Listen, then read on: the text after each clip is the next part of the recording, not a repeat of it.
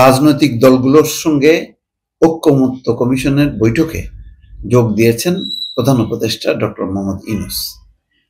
একেবারে শেষ প্রান্তে ঐক্যমত্য কমিশনের মেয়াদ কিন্তু আর নেই, আর একদিন কি দুদিন থাকতে পারে, কিন্তু ঐক্যমত্যের অনেক জায়গাগুলো সেটা বেশ স্পর্শকাতর হয়ে উঠছে এবং একটা চাপ সম্ভবত অনুভব করছে অন্তর্বর্তী সরকার যে শেষ পর্যন্ত কি হবে।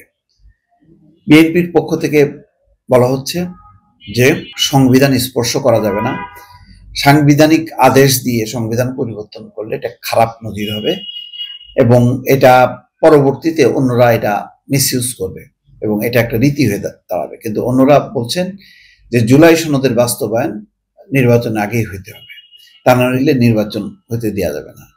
এমনকি কোনো কোনো রাজনৈতিক দল যৌথভাবে যুগবদ্ধভাবে আন্দোলন কর্মসূচিও ঘোষণা করছে।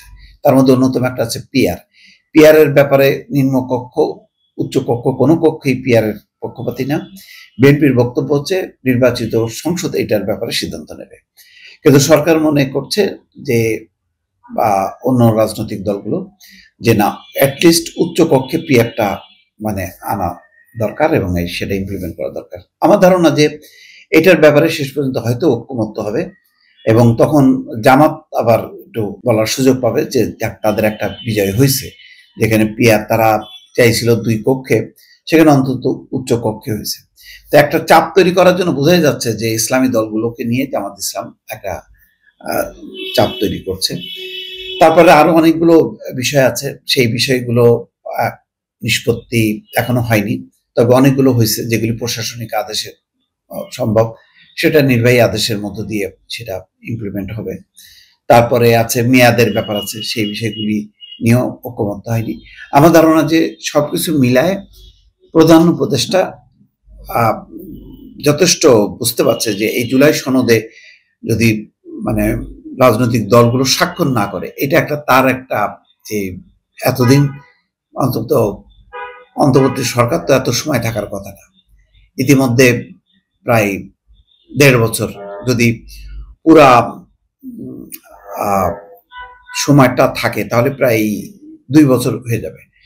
তো এটা এবং দিনকে দিন যে পরিস্থিতি হচ্ছে, চাপ তৈরি হচ্ছে, সবাই বলছে যে এইভাবে শাসন কাজ পরিচালনা করা ঠিক না, নির্বাচনের মধ্য দিয়ে নির্বাচিত সরকারেরই দায়িত্ব নেওয়া উচিত।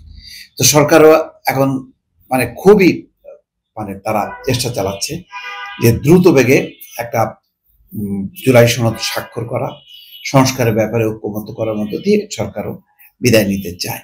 তো সেই গুরুত্বের কারণেই কিন্তু আজকে শেষ পর্যায়ে এসে ডক্টর মোহাম্মদ ইউনূস রাজনৈতিক দলগুলোর সঙ্গে বৈঠক করছেন। তিনি হয়তো আবারও অনুরোধ করবেন যাতে জুলাই সনদের বিষয়ে সবাই মেনে নেয়, স্বাক্ষর করেন। আর এটা যদি না হয় তাহলে এটা তার জন্য একটা বিরাট ব্যর্থতা। মোটামুটি একটা লম্বা সময় তো অতিবাহিত হয়েছে তারপরও যদি না হয়, এইটা নিঃসন্দেহে একটা তার জন্য ব্যর্থতা হবে। সুতরাং সরকার যথেষ্ট সিরিয়াস হয়েছে, ডক্টর মোহাম্মদ ইউনূস হয়তো সেই কনভিন্স করার জন্য চেষ্টা চালাবেন আজকের বৈঠকে, এরপর হয়তো একটা সমঝোতা হবে, এটা ধারণা করা যায়। ভালো থাকবেন, আল্লাহ হাফেজ।